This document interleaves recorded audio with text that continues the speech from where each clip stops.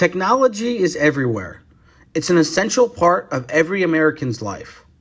According to a 2023 New York Times article, there is a holy trinity of technology. This trinity includes the internet, smartphones, and social media. The conclusion of the article was that the three mediums constantly interact with each other, and neither of them can exist without the other. The article also found that nearly 70% of Americans are addicted to their phones. As we continue to progress into the future, more and more questions about the moral and ethical use of these technologies come up in everyday conversation. For example, people born in the year 2005 are turning 18 in 2023 and will have grown up in a world where smartphones and internet were part of everyday life. What will the effects be of an entire generation growing up with these technologies and not knowing a world before the internet? Will it be positive or negative? We spoke to several different people about these questions, including a professor of psychology, a psychology therapist, and a YouTube creator with several thousand followers to get their opinions on the changing times and what the future may look like if technology continues to evolve as fast as it currently is. I think that psychology and technology are so interrelated at this point. Because we are so attached to it, we get our personalities from it. Extroverts really use it quite a lot by being able to communicate with people, being able to talk about people. On the flip side, though, we all know this to be true. People post only the positives. So when we're looking at posts, Facebook or whatever platform you're looking at, they have all these perfect lives. And we're sitting in our bedroom by ourselves on a Saturday night eating popcorn going, oh, so I think it's detrimental because a lot of people don't have the cognitive ability when you're in that mood to really realize that this is fake. I only post my fakeness. They're posting their fakeness. For some reason, even though we only post our fakeness, we think everybody else is being real. And so I think it's been a really huge struggle. And I think that's why we see more mental health concerns at this point. It would be what I call the generation. The generation being addicted are the ones who are using it, who basically they've grown up with it, So it's the college, high school, middle school, and younger. This generation is the one they've grown up with all this stuff.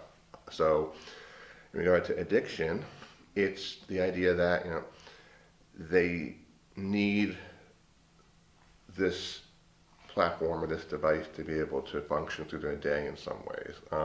A lot of times it's like, I need my phone, and there's no real reason why you need your phone right at this moment, but I can't function without it being here. And even though you're not using it to call anyone, FaceTime anyone, check anything out on the internet, you just need it next to you. That's where you sort of get into this notion. And also because it's there, and the internet is a 24/7 operation, it's always there. So you have it coinciding with a lot of other issues. For example, a lot of adolescents developing insomnia type issues with sleep issues, because before phone, you wake up at 2 a.m., you toss and turn 15, 20 minutes, you fall back asleep again. Someone wakes up at 2 a.m., 16, they got their phone bedside, they hop on the phone, it's 2, 3, 4 hours later, and then that starts a whole sleep issue if that keeps up enough. So there's lots of room for, I want to call it dysfunctional behavior to creep into day-to-day life associated with the use of social media and technology. I think it's very likely that a high amount of people are used to using social media in their day-to-day life.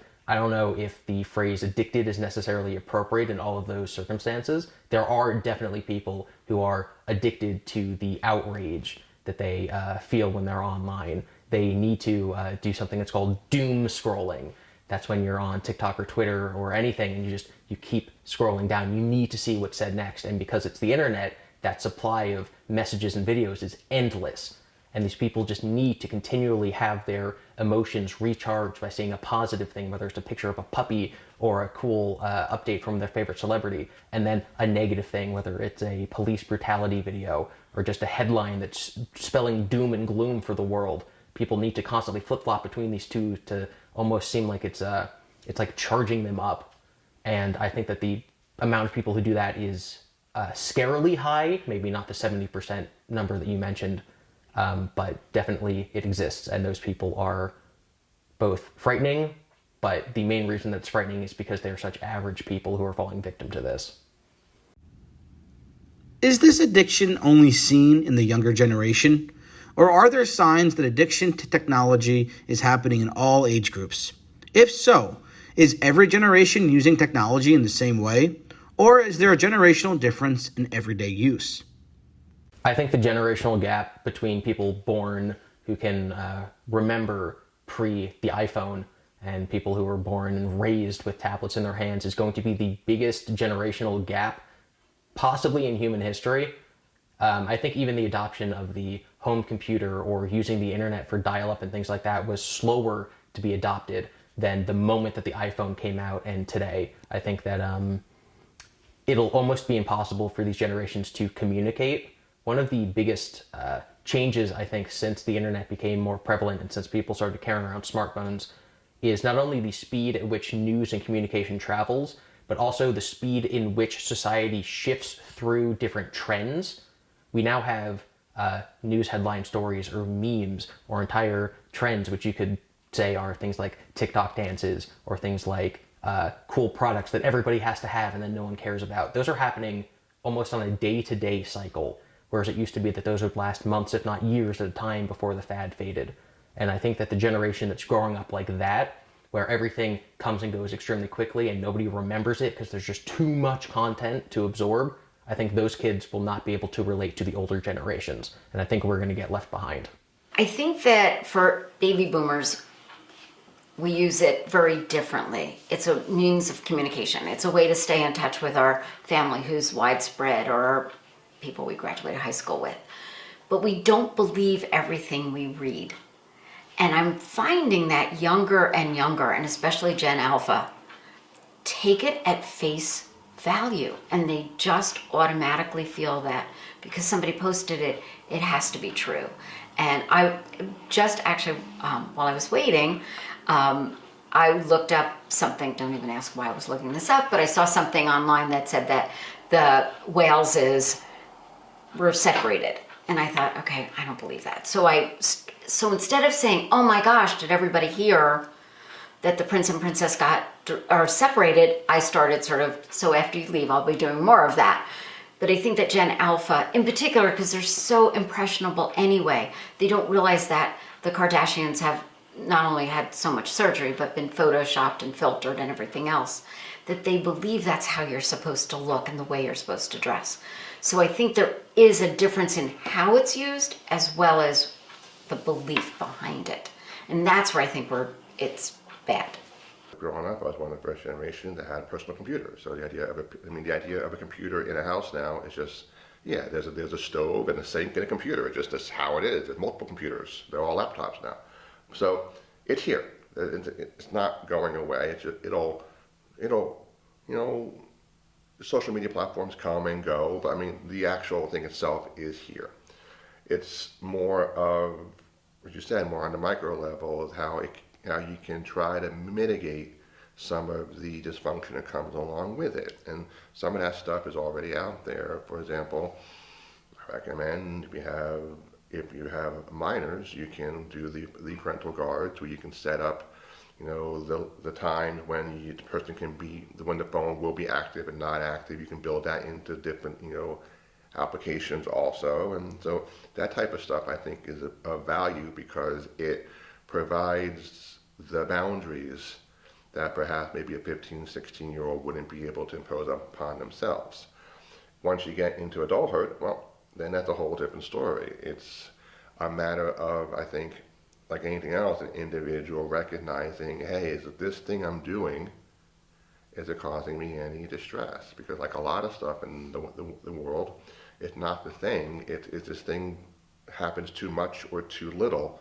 It's on the too much or too little side, that's when the problem comes in. I can speak about psychology right here about this in that, yes, they'll go and they'll look at a social influencer talking about their bipolar disorder and they immediately think, well, I do that, I must have it. So not only are they looking for problems, they're looking for reasons or rationales, but they don't have all the information, and they don't know what's real and what's sort of created to make money.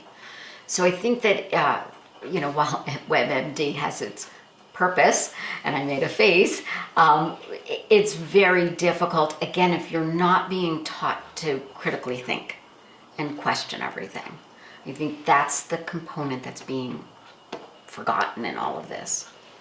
Another area of growing concern among researchers and psychologists is what many are calling the future of technology, artificial intelligence, or more commonly known as AI. What could it look like when this trinity of technology becomes a quartet? And how will AI affect the current state of society? I think it's very hard to imagine what this fourth step might be. A lot of people are calling this rise of AI Internet 4.0. Some weird combination of AI and then cryptocurrency and stuff like that. So in one sense, it's impossible to imagine what that kind of future would be like because it's so foreign to what we currently know. I think it's very likely that as we move forward, we'll actually disconnect from a lot of different people around the world. We'll use these sort of AI chatbots as a replacement for the communication that we used to have with people. A lot of different social media sites have very different environments, and Twitter especially is known for people getting into arguments and people getting into fights. And a lot of that's negative, but sometimes it's actually positive. People feel like they're standing up against injustices when they argue against people that they might dislike. I think a future where we're conversing more with AI might actually be ruled by these algorithms, where we can have these friendly and nice conversations where we feel like we're having social interactions with this AI that knows exactly what to say. And it'll also be able to mimic the kind of people that we hate, so we can feel that self-righteous, like, justice fighting against it. And so I really think that the perfect internet for the user, maybe not for society, but for the user, would be the people you're talking to being controlled by an AI that is perfectly formatted to, like, talk to you specifically. So again, from a psychologist or from an educator point of view, AI is going to be very detrimental because we're taking away thought from people. And that's really scary when we're taking away critical thinking. So I know that there's ChatGPT out there, and that you can generate your own papers by asking, because I've tried it, by asking it to do A, B, and C, and D. But you're not generating your own thoughts. And so we're actually making humans obsolete. And I think that's actually creating more anxiety and more depression, because as we realize that the self-checkers are now part of the world and they're not going to go away, and we're losing jobs because of that, and now we're losing jobs because of AI and other forms of it, I think that's creating what's my life going to be like in 5 years. So while it might be fun, it's also very detrimental, I think, to everybody. I've been using AI a lot in my personal life just for fun, as well as on my channel, and I both think that it is the most threatening thing that humanity has ever developed, as well as the greatest tool that we've ever developed, which is obviously how that kind of thing usually works. As far as my work goes, it has made a lot of things significantly easier. There's a lot of, what I'm going to say, groundwork that needs to be done in any project that you're doing. And if you can automate that process, then I think that that's going to free up a lot more time to do the more fun aspects of the job, or the aspects of the job that require more human creativity. So you can designate more time to doing those than the boring groundwork stuff. And I think that innovation is very similar to other sort of computer applications. Instead of having to take out a notebook and a pencil and write down something, double-clicking Microsoft Word does the same process, but it's a lot faster. You can save things and access them from anywhere instead of having to lug a notebook around, things like that. I think that this is a very similar leap forward in technology, in that the very simple things that we don't necessarily think of as being something that gets in the way of starting the creative process will now be eliminated, and I think it's going to free up a lot of time.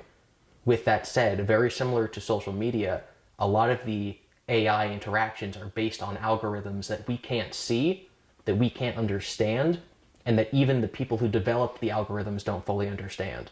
And I think that is frightening, and that has the capacity to both harm society and, I personally believe, literally destroy the world. In all of the cases that we've seen in like science fiction stories, those are now becoming very possible. and it's actually kind of frightening. There was a news story recently about this guy who was talking to an AI chatbot, and it convinced him to commit suicide because that would be better for the environment. And I think that that kind of story is just going to happen more and more and more as more people use this technology. I don't really have enough information about it to make any kind of opinion on it, but I could see, just like anything else, there's obviously a potential benefit to it, but there's also obviously a potential, there's a potential downfall to it too. I think whether or not it's going to end up being a positive thing or a negative thing, it's not so much that it depends on how we use it, it's how the world changes because of it. You can ask yourself, is it better or worse that we have cars? You'd say it's better because we're able to share information and goods and services faster and across greater distances, but you can also say that cars are a major reason that climate change is happening. So at the end of the day, is it better that we can transfer medicine and insulin to people who need it faster, or would it have been better if we'd never developed cars and didn't hurt the ozone layer? I don't think that that necessarily has a correct answer, and I think that the proliferation of AI is going to lead to a similar kind of question 20 years from now. And lastly, while it's obvious that there needs to be some sort of regulation and oversight as this technology becomes more and more powerful, the question of just how much there should be and whose responsibility that falls on is not a clear consensus. I don't believe the government should be involved because I'm just not into censorship. But I do believe there should be somebody overseeing. So I think that TikTok, Facebook, Meta, whatever it's now called, whatever, needs to be responsible for the content on their pages. However, freedom of speech is allowed as long as it's not inciting a riot and, full of hate speech. So I think there's a fine line, and I don't think that anybody realized that this was going to happen in order to put those standards in place. So now we have to go back and put the standards in place after it's already been used. And I think we're going to see more pushback from that as well. Psychologically as well, I think we're going down a very slippery slope. And I think people, and again, you asked about generations, I think the older generations will push back more on the standards than the younger generation. So I think it's going to be a problem. I don't think it's anybody's responsibility to regulate the internet. Obviously, I think that there are a lot of safety and security concerns that come about when any two humans interact or when any amount of data is accessible. I think any content that violates the law is therefore the responsibility of the American government to regulate, to investigate, and to put a stop to any companies that might be spreading that harmful data. But as far as the legal content on these sites, it would then be up to the company to decide what kind of environment they want to propagate. I would never be angry at a website like, let's say, a gaming site made for kids, something like Club Penguin, for them to ban certain topics from being discussed. Whereas at the same time, I think a lot of people are angry when Twitter or Facebook will ban certain topics from being discussed. And I think that that's quite silly. I think that both sides, no matter what their audience is allowed to decide what kind of content they want on their platform, as long as it's not illegal.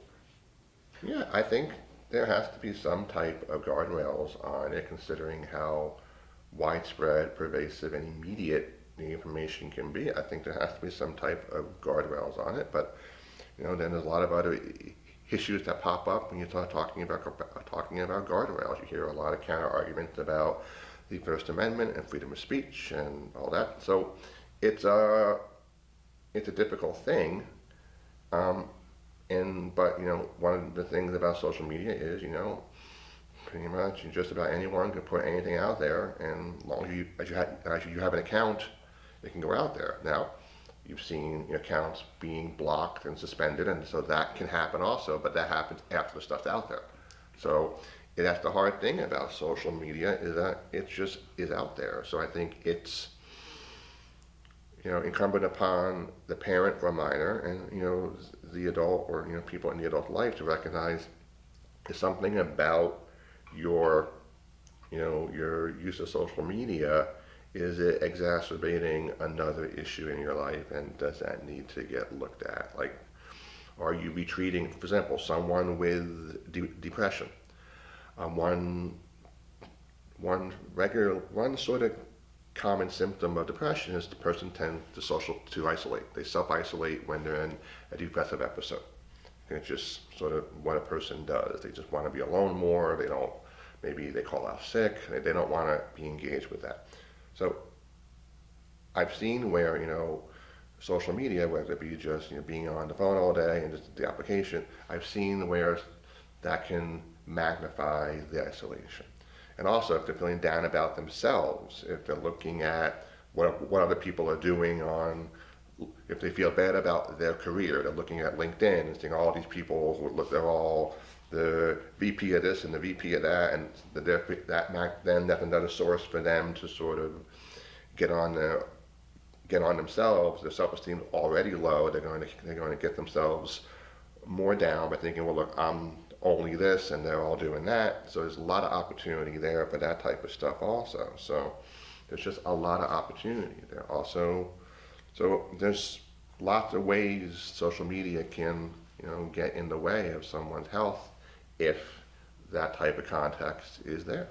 I just think to use it, to embrace it. I don't think it's going away, but we have to embrace it correctly. I love using technology. I am a binger. I watch Netflix, but I also know when to shut it down and go speak to my spouse and my students. And I think we have to encourage the good use of it. I know the American Pediatric Association says 1 hour of screen time. And they used to say that prior to using it for school. So now they're saying 1 hour additional to school. We should all go back to that. 60 minutes, turn off our screens, go back to the real world. Because you mentioned that several times. You use that term, the real world, and we're losing that basic skill